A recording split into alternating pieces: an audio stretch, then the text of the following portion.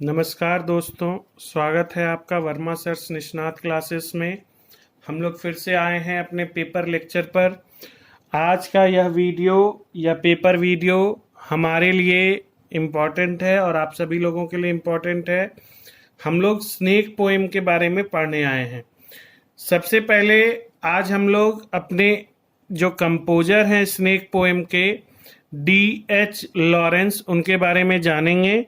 फिर हम लोग इस कविता के बारे में भी जानेंगे कि उन्होंने क्या लिखा है। जहां तक नाम से स्पष्ट है, स्नेक जो यह पोएम है, इसमें हम लोग एक स्नेक के बारे में पढ़ेंगे।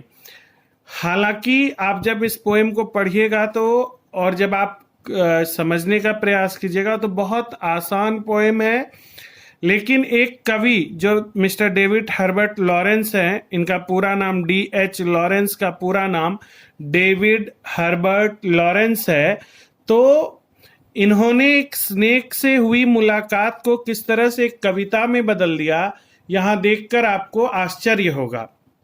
फिलहाल हम लोग अपने कंपोजर के बारे में जानते हैं। जैसा कि पिक्चर में भी क्लियर है कि यही है मिस्टर डेविड हर्बर्ट लॉरेंस, जिनका जन्म 1885 ईस्वी में हुआ था और इनकी मृत्यु 1930 ईस्वी में हुई थी। देखिए यहाँ पर एक कंपोजिंग हम आपको दिखाते हैं कि डेविड हर्बर्ट लॉरेंस, फिर देखिए यहाँ कॉमा है, अ पोएट, फिर comma, novelist, comma, short story writer and essayist. देखिए अब जो हमारे जैसा कमजोर विद्यार्थी रहेगा वह कैसे लिखेगा कि David Herbert Lawrence was a poet, full stop, he was a novelist, full stop, he was a short story writer, वह छोटी कहानियां भी लिखते थे, एंड एसेइस्ट, और निबंधकार भी थे। तो विभिन्न लाइंस को जोड़ के हमने यहाँ पर देखिए लेखक ने जिन्होंने भी इस बुक को लिखा है, जो भी इस परिचय को लिख रहे हैं, उन्होंने दिया है आपको एक तरह से एक हिंट दिया है कि देखिए आप बड़े से बड़े लाइंस को छोटा कैसे कर सकते हैं। तो यहां पर अब हम बताते हैं कि क्या है आपके लेखक का परिचय। David Herbert Lawrence, poet, novelist, short story writer and essayist, grew up amid the strife between his gentle and educated mother and his coarse minor father। यानी कि डेविड हर्बर्ट लॉरेंस, जो कि एक कवि हैं, पोएट की हिंदी आप जानते हैं, कवि हैं, नॉवेलिस्ट हैं, उपन्यासकार, शॉर्ट स्टोरी राइटर यानी लघु कथा लेखक,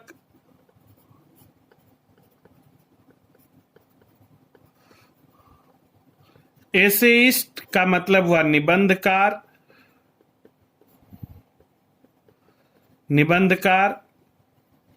तो डेविड हर्बर्ट लॉरेंस जो कि एक कवि हैं, उपन्यासकार हैं, लघु कथा लेखक हैं और निबंधकार हैं। निबंधकार आप समझ सकते हैं कि एक निबंध को लिखने में, वो भी अंग्रेजी भाषा में, बहुत मेहनत होती है, बहुत तरह के शब्द चाहिए होते हैं।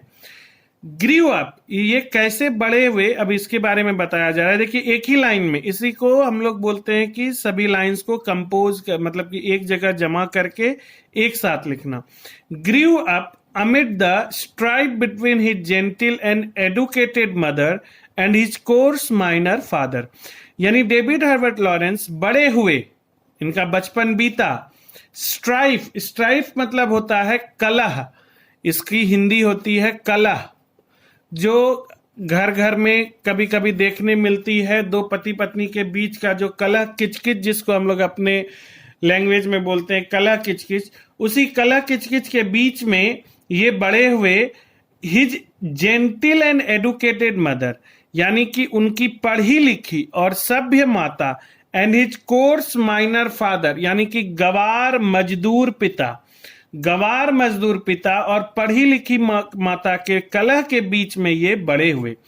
एज ए यूथ, यानी कि जिस अवस्था में यह जवान हो रहे थे, as a youth in Nottinghamshire mining village of Eastwood, Lawrence resented the rough ways of his drunken father and adopted his mother's refined values as his own। यानी कि ये बोलना चाह रहे हैं यहाँ पर परिचय में कि जो लॉरेंस थे हमारे, वो जो है नॉटिंघम शायर में रहते थे। नॉटिंघम शायर एक जगह का नाम है जो कि ईस्टवुड में है, और माइनिंग विलेज है, यानी वहाँ खदान बहुत सारे हैं।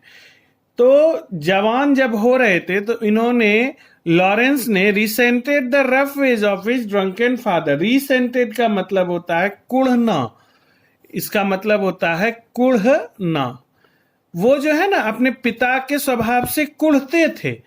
कुढ़ने के साथ ही उन्होंने क्या किया कि अपने अंदर अपनी माँ की रिफाइंड वैल्यूज को अपना बनाया, यानी जो माँ का उनका स्वभाव था उसे उन्होंने अपनाया और अपने अंदर उसे बड़ा किया। कि जो गवार मजदूर पिता और माता के बीच के कलह में जिनकी पैदाइश हुई और जो पले बढ़े, उन्होंने आगे चलकर अपनी माँ के वैल्यूज को ज्यादा माना और पिता के वैल्यूज को कम माना। हाउएवर, हालांकि देखिए आगे चलकर फिर देखिए यहां पर मतभेद पैदा होता है। However, as he grew in maturity as a writer, जैसे जैसे वह लेखक के रूप में मैच्योर हो रहे थे, मैच्योर का मतलब परिपक्व हो रहे थे, धीरे धीरे आप भी लिखते लिखते परिपक्व हो जाइएगा, हम भी परिपक्व हो जाएंगे। कभी मौका मिलेगा तो फिर हम लोग इस पर चर्चा करेंगे कि आखिर परिपक्वता आती कैसे है लिखने में। However, as he grew in maturity as a writer, he rejected the gentility of his mother represented and began to see his father earthiness as a virtue। यानी कि उन्होंने जो है, जैसे ही वो बड़े हुए परिपक्व हुए लेखक के रूप में, उन्होंने अपनी माँ की जेंटिलिटी को, अपनी माँ की सभ्यता को नकार दिया। And began to see his father ordinariness as a virtue, यानी उन्होंने फिर रिकॉल किया अपनी जिंदगी को और इन्होंने माना कि हमारे जो पिता थे वह एक प्रकार से मिट्टी से लगाव रखने वाले व्यक्ति थे, यानी एक ऐसे व्यक्ति थे जिनको पता थी कि जीवन जीने में क्या क्या कष्ट, क्या क्या दिक्कतें उठानी पड़ती हैं, इसलिए उनका स्वभाव वैसा था। तो जो बचपन में मैंने अपने पिता को नकार दिया था वह बिल्कुल गलत था, ऐसा इनको एहसास हुआ। ही wrote of primitive and natural patience, उन्होंने कई सारे प्राचीन और प्राकृतिक रूप से रुचि रखने वाले टॉपिक्स पर लिखा। उन्होंने बहुत चीजें लिखी। प्रिमिटिव मतलब होता है प्राचीन, आदिम युग का। नेचुरल आप जानते हैं, प्राकृतिक। He wrote of primitive and natural passions trying to show instinctive forces in man that might bring happiness. इन्होंने अपने प्राचीन और प्राकृतिक रुचियों को इस प्रकार से लिखा कि मनुष्य के अंदर यह चीज जागृत हो जाए कि हम किसी भी टॉपिक पर, किसी भी चीज पर खूब आराम से लिख सकते हैं और उसे खुशी में बदल सकते हैं। In his writings he emerged as the champion of instinct. Instinct मतलब होता है, इंस्टिंक्ट का सबसे अच्छा मतलब आप देख सकते हैं अपनी डिक्शनरी में।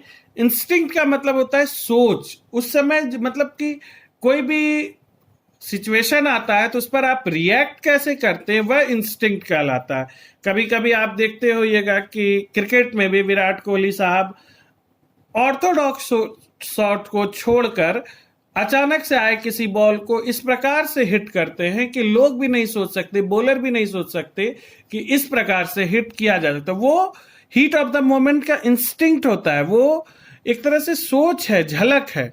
इन his writings he emerged as the champion of instinct. उन्होंने अपने लेखों में, अपने जितने भी काम हैं, उनके जितने भी लेख हैं, पोएम हैं, उन सब में इंस्टिंक्ट यानी कि कैसे वो देखते हैं किसी चीज को और कैसे रिएक्ट तुरंत करते हैं, इसमें वह चैंपियन बन के निकले।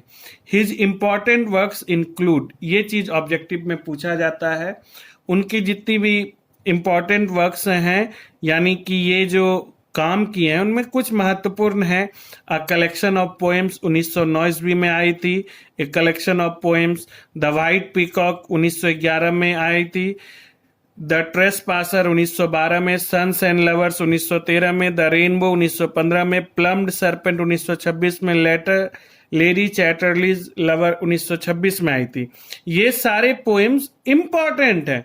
इसके अलावा भी कई सारे इन्होंने लिखे हैं।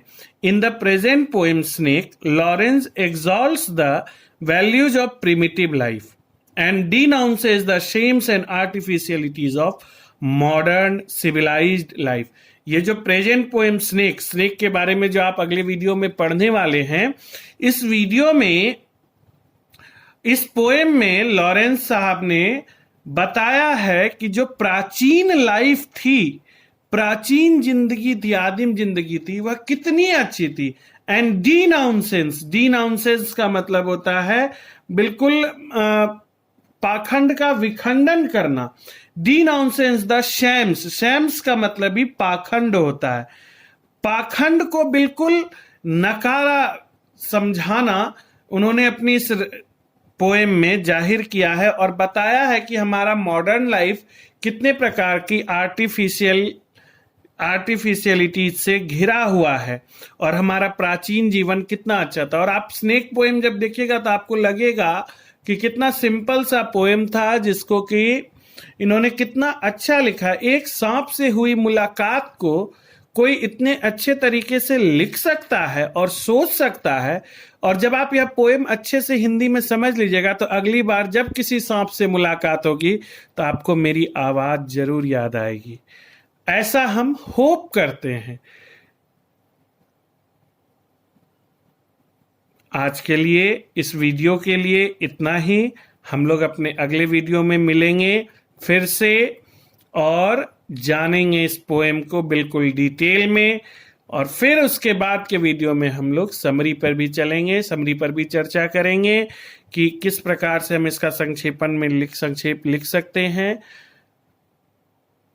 फम्बलिंग ऑफ टंग, यानी मेरे जो बोलने में रुकावट होती है वह इसलिए होती है कि हम चाहते हैं कि आप हमारी हर एक बात को खूब अच्छे से समझें, हर एक क्लास को अच्छे से समझें।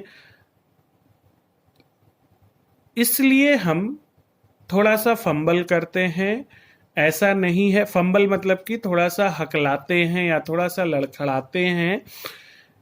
ऐसा नहीं है कि I can not speak in English, I can explain each and every word in English. लेकिन जहां हम पढ़ा रहे हैं, जिन बच्चों को हम पढ़ा रहे हैं, हम उनके बारे में जानते हैं। इसलिए हम कोशिश करते हैं कि अंग्रेजी भी हम आपको हिंदी में ही पढ़ा दें। अगर कोई किसी को बुरा लगता हो तो उसके लिए आई एम वेरी सॉरी, लेकिन हम नहीं बदल सकते हैं। यही मेरा स्टाइल ऑफ टीचिंग है। और जहाँ तक हमारी बात है कि हम अच्छा करते हैं, हम अच्छा पढ़ाते हैं, ईमानदारी से पढ़ाते हैं। आप भी ईमानदारी से पढ़िए। आगे आने वाले सिलेबस में क्या चेंजेस होगा, क्या चैप्टर्स हटाए जाएंगे, ये देखने पर है। लेकिन फिर भी हमारा काम है आपको सब कुछ पढ़ाना। पढ़ते रहिए, घर पर स्वस्थ रहिए, stay home, stay safe, be healthy. स्वस्थ रहिए, सुरक्षित रहिए, कोरोना से बचकर रहिए।